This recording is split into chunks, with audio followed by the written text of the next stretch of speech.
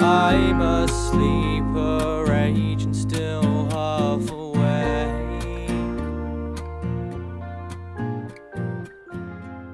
I don't trust governments of any political persuasion. That's my motto. Yeah. I think they all have secrets and you'll never know the truth, really.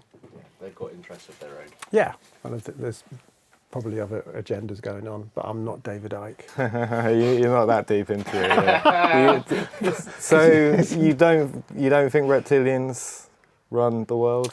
I don't know. I find that, I think Icke was using that as a metaphor. And he has been accused of being anti-Semitic. Yeah, So make up your own minds on that, what that means. When he started off, people thought he was mad. He was saying, "I'm Jesus" and stuff like that. And I think he was just using that as a bit of a metaphor. That we're all conscious beings, and there's more to life than just this physical meat suit. Yeah. And I like that idea. So let me just check. Are we going? Are we? Sorry, I just want to get this is good. But we are going. But there's one more microphone. Thanks for having us over. No, it's really fun to be here already. Yeah, this is a great start. You're looking for something like this with Not like straight away. You usually have to build into the David Icke stuff. it's like great, you come in a sweet t-shirt. You know what to do. Very good company. Yeah. lead into the David Icke stuff. Okay, so all right. Basically, we're here with Mark Christopher Lee.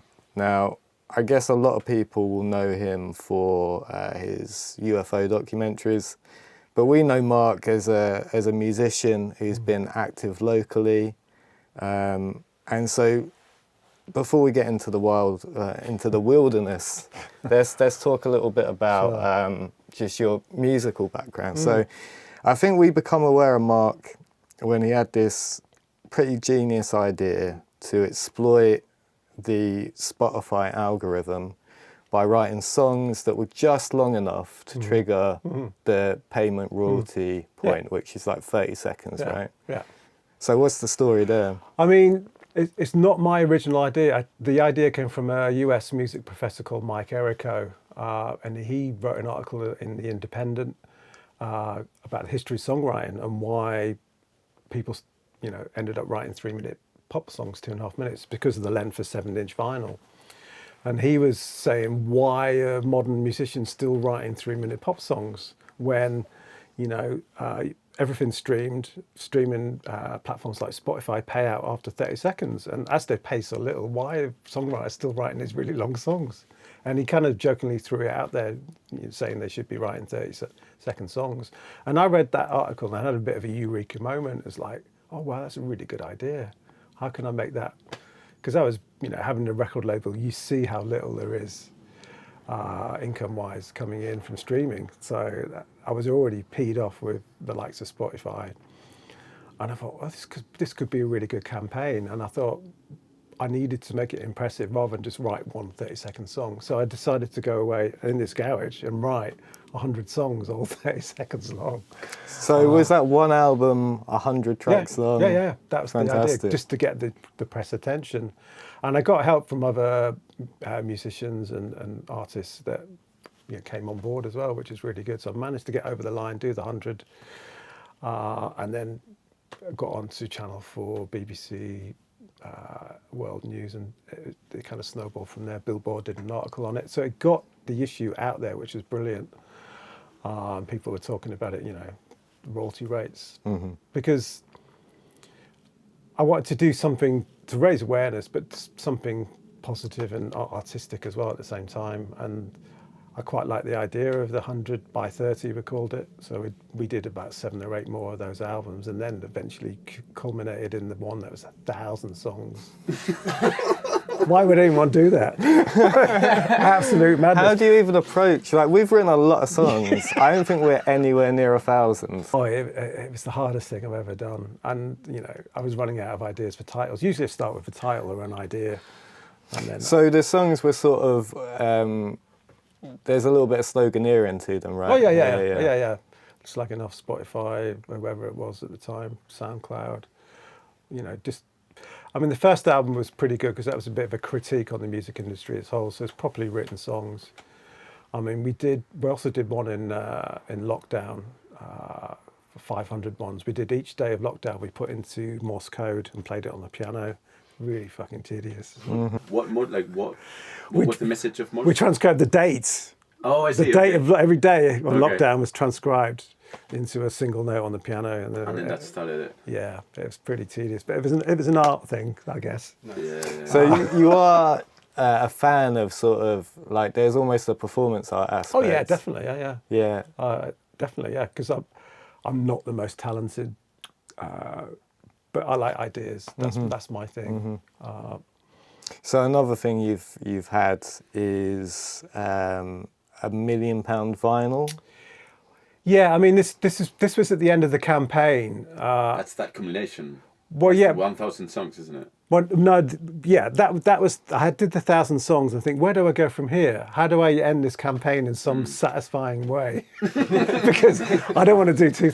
The trouble is with the 1,000 one, you can't do you can't release any more songs. I only just got that one through because that was the thing about that album, because I recorded 1,000 songs, uploaded them, do all the metadata. That's so fucking tedious. You know what that's like? Each song. Imagine that for 1,000. We had to do it 10 times, and that was annoying. So you got all that, and then you press send, because this Fugger ad distributor who are very good and put up with me, and I pressed send and the whole system crashed for Fugger, for every fucking record label in the world that goes with it. So but then I got up in the early hours, I thought I'm never going to be able to release it. I thought, what? I'm going to be able to release it. So I got up in the early hours, obviously it had been rebooted and it was quiet, and it got through. Sorry, how many did you fit on the record then? Because obviously this is limited space. Oh no, so the idea with the vinyl is I wanted to end the campaign, so I did one record, normal songs, 3 minutes, Oh, I see. 5 on each side. Okay, sorry. And no one's ever heard it. I'm the only person who's ever heard it. I Until that million pound comes, then. can't even remember it. It's got a special recorded message on. And the idea was to put it for sale, and it's on sale for £1 million. And with that money, we will start an ethical streaming service where we'll pay at least 1 penny per stream, which doesn't sound that much, but it's 100 times more than you get. I mean, that's So yeah, brilliant, man. so that's the idea behind it, and so far no one's bought it, but we're going to have a big push this summer. I've had a bit of interest, so here's hoping. The only other guys I know who did something a bit like this are Wu-Tang Clan. Oh yeah. So you know about Yeah, this? of course I do. Yeah. Yeah, okay. And their album got bought by a guy who's famous in his own right he's a farmer bro who inflated the cost of, I believe, HIV medicine by some ungodly amount. Yeah, I know. Would you allow someone like that to buy your No. album? No. And then set up an ethical streaming platform? Well, that's the thing, isn't it? Because the whole idea. Somewhere and stuff like this. Yeah, and that's the issue you've got. So I guess in some ways we're looking for an ethical partner to go forward with, really. Yeah, respect to that. Whether they actually have the record or not. It's a way of just having a focus for the whole. Sure, yeah. A focus for the campaign. And I do love that ultimately it's a way of giving back to the community, and it speaks to serious issues musicians I mean, are facing. what I'm really passionate about is that the way that music, all culture and art has been devalued so much that, we as consumers expect everything for free. So if you're independent and you're not attached to a major studio in music or in film, then it's getting It's tough. a very strange time where what people believe, like starting out and doing something successful as a creative, like you can hit those marks still, and then is when you learn that that doesn't help you actually progress in any. Like when something goes up and goes viral, for example. Yeah, this is the world we live in. It's attention, isn't it? That you get your posts up on Instagram or TikTok, and it's all about creating a big noise rather than any talent behind it. I mean, I found that out myself a little bit recently. But Well, should we get into that? sure. Okay, let's do it. fine. Okay, so part of why I was so interested to chat with Mark now is that, what was it, about a month ago, let's say, Mark, in his capacity as a sort of UFO documentarian, received information that he believed to be legitimate information that he released online, and this caused an absolute fucking shitstorm, basically. Like, it was crazy, and especially as a guy that knows Mark, to see the response to it was especially wild, because like one of the things that you were essentially being accused of is trying to use this as a cash grab. And it's like, man, Mark is so far away from a cash grab. This is ridiculous, you know. So why don't you tell us the story? I mean, the cash grab thing, that was really irritating me, because people were making, these big YouTube channels were making videos about me. They were the ones that were making money out of this story, not me. My X account, which had, this post had 1 million views, but my X account was not monetized, so I didn't make anything out of that. My YouTube channel is too small, so I didn't make anything out of that. TikTok is barely pennies. So yeah, I mean, I've had this information, originally came to me in January this year from the first source. It was a guy. So you did sit on it for a while as well, then? Well, a little bit. I sat on some of the facts. There was a chap called David Broadwell, who's he's a well-known TV producer in America. He works for Washington, and he's the one that told me initially about this Trump UFO speech that has already been written about UFO disclosure, and it's going to happen this year. So I started putting some posts out about that, and then yeah, like you say, it was just a bit of a storm came my way, really. But I stand by that. What I've been told, I think is true, that there is a speech, and we're kind of finding out in the last few days. If Trump's just said we're going to release the files soon, there's going to be some sort of announcement. So then, and stop me if I'm putting words in your mouth, but basically you think that maybe this was legitimate information that once it was released, a lot of people pulled back on. No, definitely, yeah. And that we're yet to see the reality of this come to fruition. Yeah, and you will see, So for all we know, it might be right then. Well, so it did coincide with Trump talking about UFOs and stuff in the media, right? It was weird, and then Laura Trump, his daughter-in-law, talked about this speech. She was the first person to kind of verify that there was a speech. But then, just to be clear, wasn't sure whether she was referring to my post and then an interview I did with the Daily Mail. She may have read that. So there was almost a sort of like a circular effect in the reporting where you put something out, someone read something, and then they comment on that thing. So it's, and that's how it grew, right? Yeah, it did. And then before you know it, you're getting hit up on X, Reddit, YouTube. What kind of really peed me off was that George Knapp, someone who I knew, was a fan of my work. He interviewed me about The King of UFOs and said it was a really good film, and actually liked, because I filmed a lot of it up here. It was a drone shots. I love where you live and all this stuff. So we had that good connection, but then he said it was all bullshit.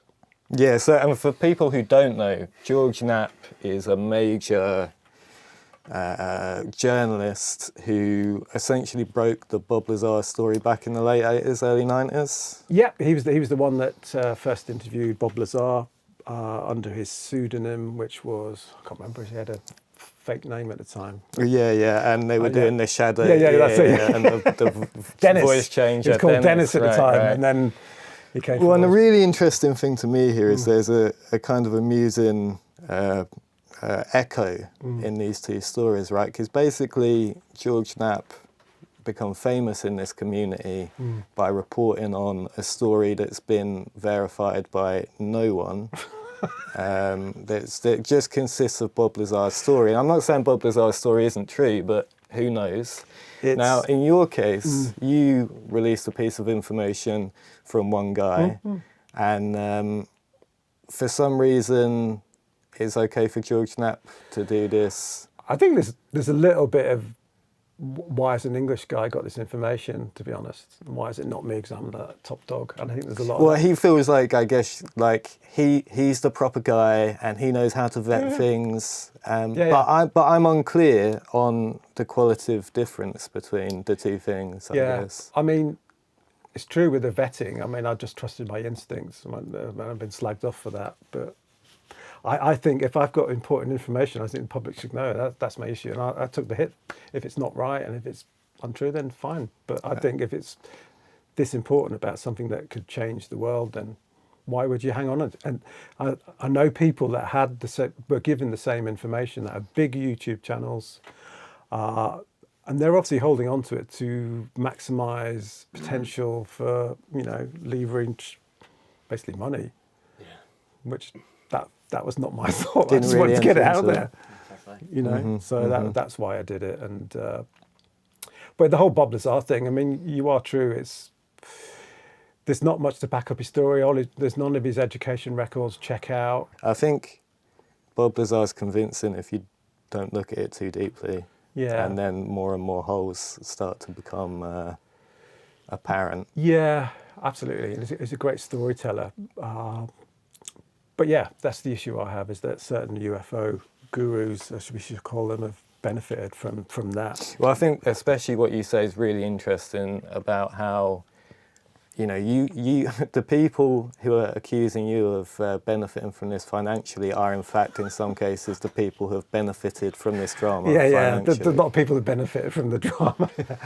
And none of them are you. Like, for you, it's just been stress. You've just been trying to get on with life. I've got about 3,000 more followers on X, for what it's worth. That wasn't my intention, but what's that worth? If only we could get like a little bit of funding for every follower we got. That's all I've got out of it. And Would you have done anything differently if, knowing what you know now? I probably wouldn't have read all the comments. Mm-hmm. Oh, dude, I saw some of this stuff. It must have been basically enraging. Yeah. Because, as I say, like, we know you at least a little bit. Yeah. And we see these comments. It's like, you're so wrong on this. But this is the thing about social media. It's easy to attack someone. It's anonymous to some extent, isn't it? Whereas you wouldn't say the same thing to a person in a pub, would you? No, absolutely You might not. have a disagree about something, but you wouldn't be so vitriolic. Mm-hmm. So you've got that side of things. And, and X has kind of been taken over a little bit by that kind of element, hateful. Which sort of feeds on it. It does, yeah. And the algorithm feeds on that. So, that's the way it's designed, isn't it? So for you, you would have basically handled it the same way, all that would have changed is how you engaged with it afterwards. I probably would have called a few more people out earlier, but I was trying to be nice. I mean, this one YouTube channel, I'll name it now, it's American Alchemy, Jesse Michaels. I don't know if you heard of the channel. Yeah. He had David Grush on. He's a really big channel, and when this story broke, he phoned me up basically and wanted me on the show. He was going to fly me out to LA and all this and stuff like that. But there was something odd about it. He didn't really want to. He was just trying to get information out of me. Yeah. And then he knew, he got, that my source was the same as his source, but why wouldn't he go public? He had the same David Broadwell contacting him with his information. And has your source followed up with you on this? No. So they released the information to you, you released it, and you've not really heard from them since? No, but I have heard from a Costa Rican UFO researcher, quite prominent, has been in touch to say he's had the same information and he's had the same dead end as well from the same person. So this guy's trying to hide them. Yeah, I mean, it's, but that's what you get. Yeah. So I don't know. I think maybe I could have handled it better. No one's perfect, and no, for sure. I don't pretend to be. I think the way you handled it, perhaps ironically, is the way. I mean, this is the funny thing. You kind of handled it how UFO Reddit would want you to handle it. You got the information, you released the information and said, look, this is what I've been told, guys. But then you got a lot of backlash for it. But, I'm not sure,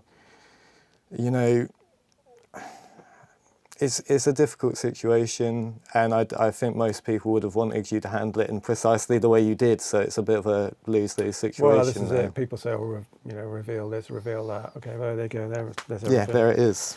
Okay, well, anyway, so... Well, so you are also wearing a Rendlesham UFO T-shirt, and we also made a documentary at Rendlesham. So what's your take on Rendlesham? You know what? My take has shifted since we got back. At the time, I felt like there's probably something there. There's some stuff we know definitely happened, And these are things like the meteor shower, right? And basically, I think, what's the chances that at the same night a UFO crashes, there's also a meteor and all these other verifiable things? I think the most likely explanation is that misidentification, in a word, I think. I think that's... That said, there are some very interesting aspects to the story. You can't totally discount the eyewitness testimonies. Although one of the things with the eyewitness testimony is I'm very uncomfortable with the ones that have grown and gotten more interesting with time, because some have got really interesting. What, the Jim Penniston binary code stuff? Yeah. That came later on. Many years later, just in time for a new documentary, I'm sure. Yeah, but it is weird. Yeah, it is weird, that one. However, after our filming experience there, and we didn't talk about the binary code incident at all while we were filming. It wasn't even on our minds, but I was aware of it, open to that. I got back late at night from filming, must have been 2 or 3 in the morning. I was late, I couldn't sleep, just laying there, and all I could see was ones and zeros. I don't know whether that's my mind playing tricks because I'm tired, it's late, possibly. Well, I think you're, like you were saying before we got on camera, you're a lot more open to sort of immaterial explanations to these things. And in that case, you maybe never thought that Rendlesham was like a literal physical object that landed. I don't know. The more I've researched Rendlesham a lot, and I appreciate the sceptical can be ruled out by natural phenomena. And maybe the lighthouse a little bit, and just paranoia and confabulation over the years. That's definitely. But we've got at least 2 US Air Forcemen that have been medically retired from some sort of something that's happened to them. We've got Colonel Holt's dictaphone, which I know can be a little bit tied into the lighthouse, but then it also says it's going up, and then it's dripping molten metal from it or something like that. How do you explain that? That's not... Maybe it's the meteor in some way. One thing for me going to Rendlesham is actually seeing what's past Rendlesham and all the nuclear testing facilities that were out on the coast. Yeah. And I do always love the whole... obviously, you get the UFO tied to the military, and when it comes to sort of nuclear material and testing we were doing for nuclear material, I do wonder if there was something more intelligent than us, probably wanted to keep an eye on stuff like that. So there's just a lot of fun with that side of things to this story. Yeah, how did you feel about our attempt to lure E.T. We've left our radioactive material in the hopes of attracting extraterrestrials, and nothing's happened. Maybe if Tom could do something to try and communicate.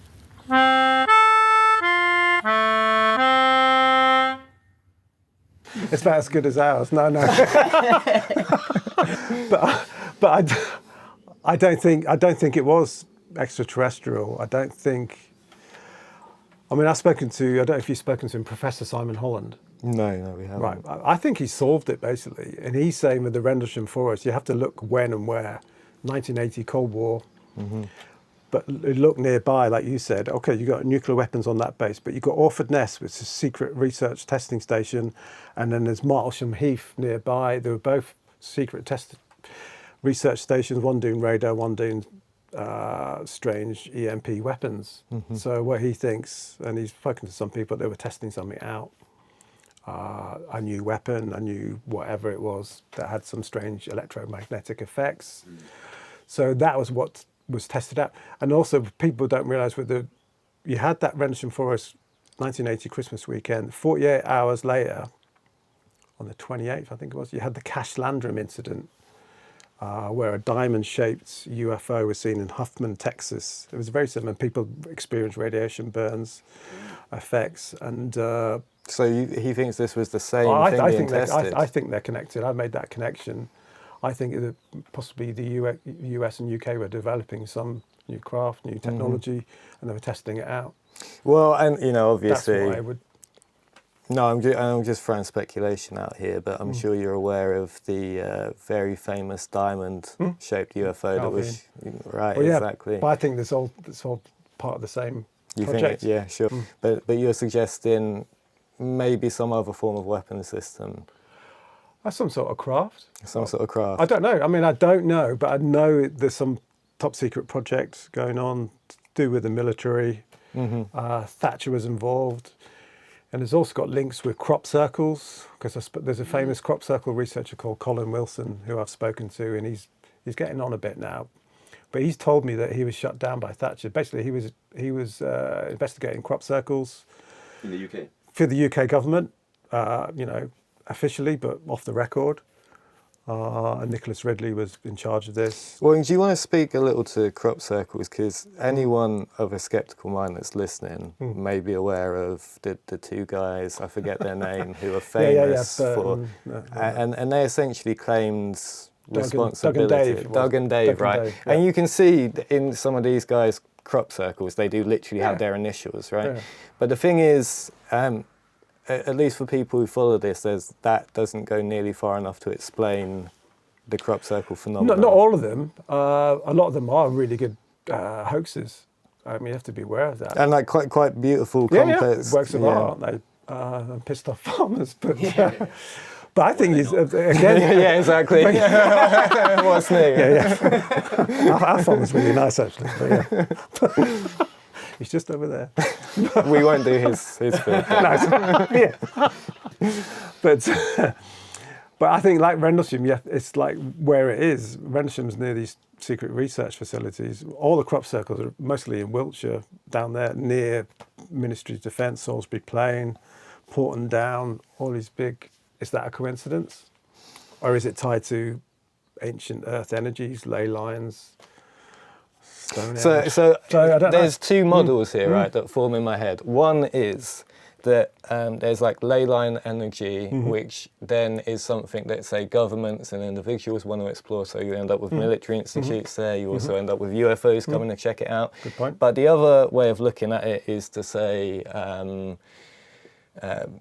ley lines don't really exist, but the military bases exist where they do. And if you want to create a compelling crop circle narrative, then the place to do it is in the farmer's field next to Area 51, not in the farmer's field next to your house, right? So is there a way of pulling those two ways of looking at it apart? Is it important to pull them apart? Where do you stand on that? I don't know, to be honest. From my research and speaking with Colin Wilson, I think crop circles, and with the UFO phenomena, there's a consciousness element to it, which sounds a bit far out, but it's definitely something to do with the mind, which is not easy to quantify. Well, and then it becomes, it becomes a bit easier for me to think about in terms of folklore, because obviously in the modern world we're kind of disconnected from sort of indigenous folklore. Yeah. But for someone who lived on this land thousands of years ago, their experiences would have been a lot more mystical, and then those experiences would have been real to them, and would have also grown out of their consciousness to an extent. Do you think then that we can understand the modern UFO phenomena, but also sort of the broader paranormal phenomena as a modern manifestation of that same human mechanism? Absolutely, I think that's a really good point you're making. From my own experiences, I had an experience when I was about 4 or 5, but I'm still trying to wrap my head round. And it was this woman's face coming out of my bedroom wall. I was sat up, I was awake, and it was translucent, and it was like something from another world. And it just came out of my bedroom wall. I was like, whoa! And that was a different reality. And I think that's what we're dealing with. But it was very profound, and although it was a different reality, it felt absolutely real. Yeah, it was profound, and it changed. Yeah, and there was a prophetic element to because I had an abusive childhood, basically the day after this visitation. So it seemed kind of. So it felt very timely as well. It was, yeah. There was the timing of it. I mean, then the rational part of me thinks, or maybe, my mind has created this to help me deal with what was a pretty traumatic childhood, and it's invented this other reality. But I don't think so. But I'm open. I'm always trying to. Yeah, you're open. Yeah. I mean, was you trying don't to, want to be. You don't want to be convinced in one No. way of looking at a situation. But my heart says there's definitely more to life than just physical reality. Mm-hmm. There's something else beyond us. You know, whether you call that God, the universe, consciousness, I don't know. It's something higher. And, you know, the paranormal phenomena. I think we're dealing with the same thing, paranormal, UFOs. So one thing I don't think UFOs are necessarily extraterrestrial physical craft, because that always seems to be the least likely to me, because there's going to be life in the universe. We know that now. Science has kind of proven that. But how would it ever find us? How would a craft ever find us? I mean, there's going to be civilizations that are billions of years more advanced, that have developed technology that can traverse huge distances. But still, how would they find us? Yeah. The universe is so big, you can't comprehend the vastness, and we're just a small speck of sand on a massive beach. So the chances of them finding us are remote, unless they actually were part of our development. You know, unless they seeded us. That's the reason I can think they might come. Seeded the planet. Yeah. Or seeded the human life, or altered our DNA. We or could some be sort of, an experiment for these people. So one of the big things in the modern UFO community is, all these figures, these supposed whistleblowers like David Grush, keep hinting that there's a deeper, darker, more unsettling truth at the bottom of it all, if you believe these guys. And they seem to suggest that more unsettling truth is that we're like alien guinea pigs of some kind, and that we're part of a cyclical process of them trying to develop a smart monkey for whatever reason, and that every time we cock it up, they wipe us out and have another crack at it. Which, if that's the case, how soon before the aliens wipe us out, do you reckon? Before we wipe ourselves out? Yeah, do they even need to bother this time? They might try all our experiments around, and now the last one is see how it ends for them. Well, I was going to sort that out, but it looks like it's something else. It's trending in that direction. So what about, let's play some songs then, Nick, but Yeah, sure. what about immaterial reality? Where do we fit? Is this the bottom of everything, do you think? I definitely think there's way more power to our brains than we can channel. I think on the so, day-to-day. yeah. This is very bleak, but the intrigue of when we get our release of DMT, I think, is timed really cruelly. And the near-death experiences you see, or the people that come back from from death experiences, I think that's a gateway of being like, what's possible. Have you ever had an out-of-body experience? Not sober. Yeah, I've met God. But even Yes. I mean, I've had one. I wasn't sober, but I was definitely an out-of-body experience. And it's alien. Prozac and Stella were a really good combination for that. Brilliant. Yeah. After a night out at the Horn, it was like... Nice. But the reason why I knew it was an out-of-body experience, I had a flat on London Road. I was with Bill Johnson, if you remember, he's the sound guy from the Horn. Cool. Yeah. Love Good friend of Bill. mine, yeah. We were sharing a flat together. I came back and I was pissed on Stella, and I was depressed at times. I was on Prozac. We're not supposed to drink. And I got back and I fell asleep, and then I saw my body down. I was rising above it, and I'd just moved into this flat, and I was rising above it, and I looked on what was on top of the wardrobe, so I never looked before. So I remembered what was on there, a few magazines and stuff like that. Amazing. And then I checked, when I woke up in the morning, I checked, and oh my God, yeah, it was real. I've read that's an insane, interesting man. account of someone who was clinically dead and then came back to life, and they had an out-of-body experience where they saw themselves go through the whole hospital. So when they were like told they can leave, they were just like, sweet, and they went out. Wow. And I just think that's really freaky to be like, That cool, I is. saw myself in. Yeah. So I see. So I think So from many the of we those. both read this same book, Life right? After Life, right? Life After Life. Great little It's book. like Fun it's little read. written in like the 60s or 70s, I think. I'm very, very open to the idea that the quantum reality is far more impactful on our lives and on our visible material planet than we give it credit, or we think. So yeah, I'm very. I'm not religious myself, but I'm happy to consider the stuff that. that gives me these experiences is natural growing things. Do you know what I mean? So my way is I don't want any chemically enhanced things, so I go for the natural stuff. And this stuff grows, and you can pick it and engage with it. And even if somebody can't engage with that, the mycelium networks that exist. But that's what shamans have always done in traditional cultures, haven't they? They've communed with spirits, whatever. So do you think modern society has a bit of a hole at the centre of it without shamanic culture to guide it? Modern society is soulless, isn't it, really? It's corporate. It's corporate, it's chemical, it's addictive, it's profit. It needs resetting. Right, should we play some songs? Yeah. Okay, this one's called Nobody Makes Money Anymore. It's a 30-second song. The first one I wrote. It does what it says, really, but... Nobody makes money anymore. Nobody makes money anymore. Nobody makes music anymore. The future is here, the future is here. And there's no more fight and there's no more culture. There's no more fight and there's no more culture. Nobody makes money anymore. Nobody makes music anymore. It's probably 24 seconds, but there you go.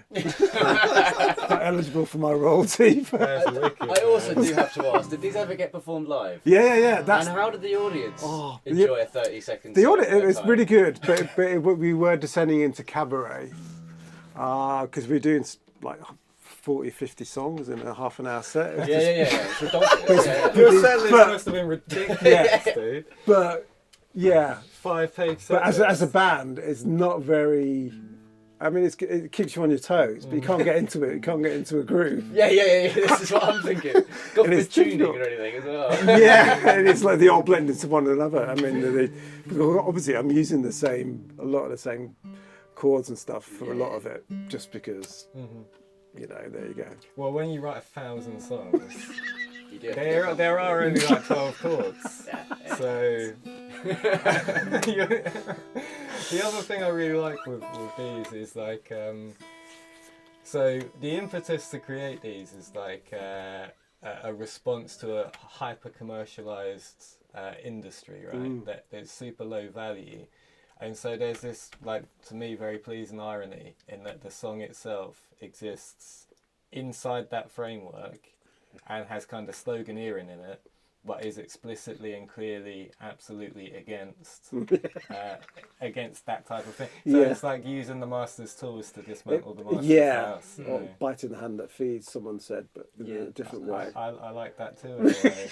Did you actually hear from Spotify or anything? Yeah. I had a meeting. Because they changed their whole regulations around how they pay for song now. Yeah, You made that happen. I just made a film. I can't announce the big news, but I've made a film about the whole story. We had a meeting with Spotify about this. It was a guy called Brian Johnston, who's the head of music. I mean, actually, the long story is I met Daniel Ek a long time ago when Spotify, because we had a digital label for a long time. And so I met him at Music. He was a really nice guy, and he gave me his email address. Quite an easy email address to remember. That's all I say. I won't give it out. So basically, when this is out, I emailed him. So I remember me and hi Daniel, and here's some press. I gave him the Rolling Stone and the Independent article, and he set up a meeting with his head of music, and we had a good chat. And he says, we get this money and we divvy it out, and we pay the usual Spotify, lines of defence. Yeah. And, I'm sure they've got a very I'm sure if you actually speak to these guys. They have a very good way of making it seem as if... No, guys, you've got it all wrong. This is actually... We've thought about this a lot, and this is really for the artists. And look, if you look at these statistics that you made up, you can see This is just the model that works. 70% of all music we get out gets... It's this or nothing, guys. Out. What do you want? Yeah, we pay more than anyone else, and...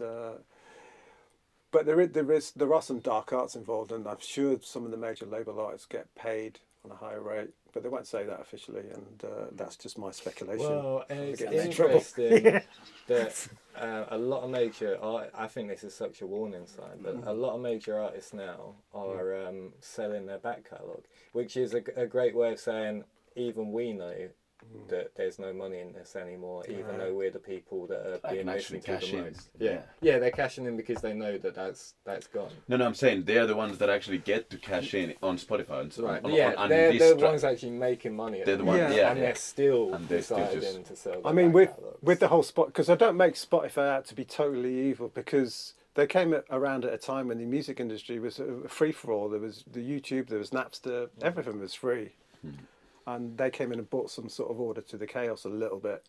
I give them credit for that. And That was like 2010, kind of. yeah, and the guy's a bit of a genius, and but it's a tech company, it's not a music company, and the money it's been getting has been investing into podcasts. Right, aren't they like getting into some weird military shit? Well, AI that's military his drones. personal- That's yeah, even worse now. I know. That's Right. his personal Almost- investment, though. Yeah. I almost didn't want to say it. 'Cause No, that's surely not. Well, that's the Yeah, yeah. controversy. That's how that came That's along just- Spotify. And it's Daniel if X. you're a rich guy, it's just silly not to invest Personal in military investment. drones, so- He's investing his earned money on that stuff. Yeah, so not Spotify. not Spotify isn't. There's but a it's- firewall between But he's made his money from Spotify. and Yeah, military but I drones. think he literally since left. He's not officially the owner anymore, or something like that. Okay. Just so that his name is no longer.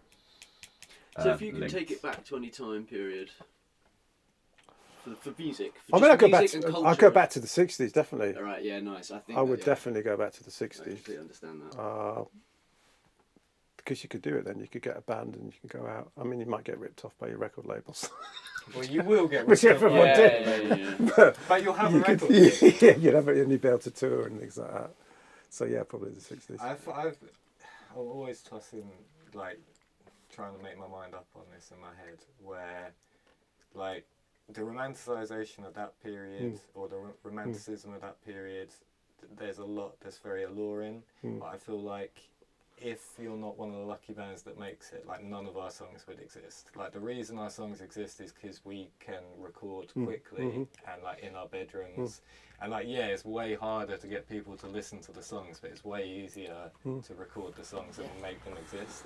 So, Yeah, it's a double-edged thing, isn't Yeah. it? I know, absolutely. And I couldn't have done my 100-song album yeah, without technology. I would have gone to a record label and said, no, that's rubbish. Why would I do that? Yeah, we're all artists who are, like, growing up in a very different musical landscape, and in your case, you've approached it in this way, which is legit genius. The other thing I was thinking about, you saying the professor who had come up with the initial idea that you ran with.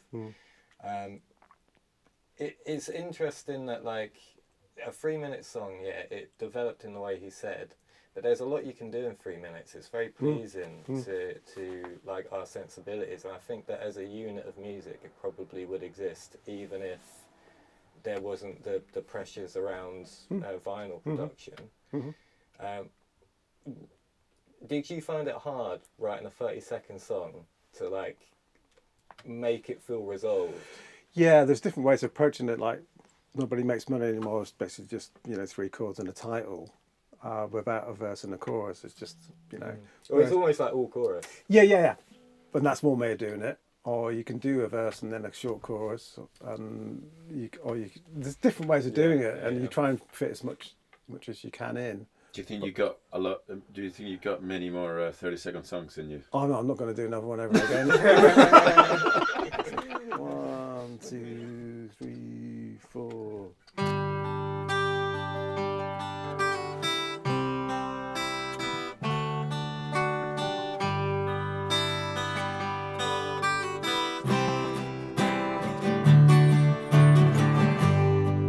It's getting dark outside tonight, and the clouds are rolling by,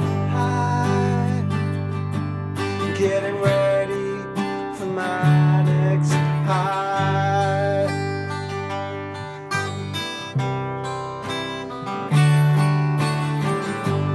Dawn comes, yeah.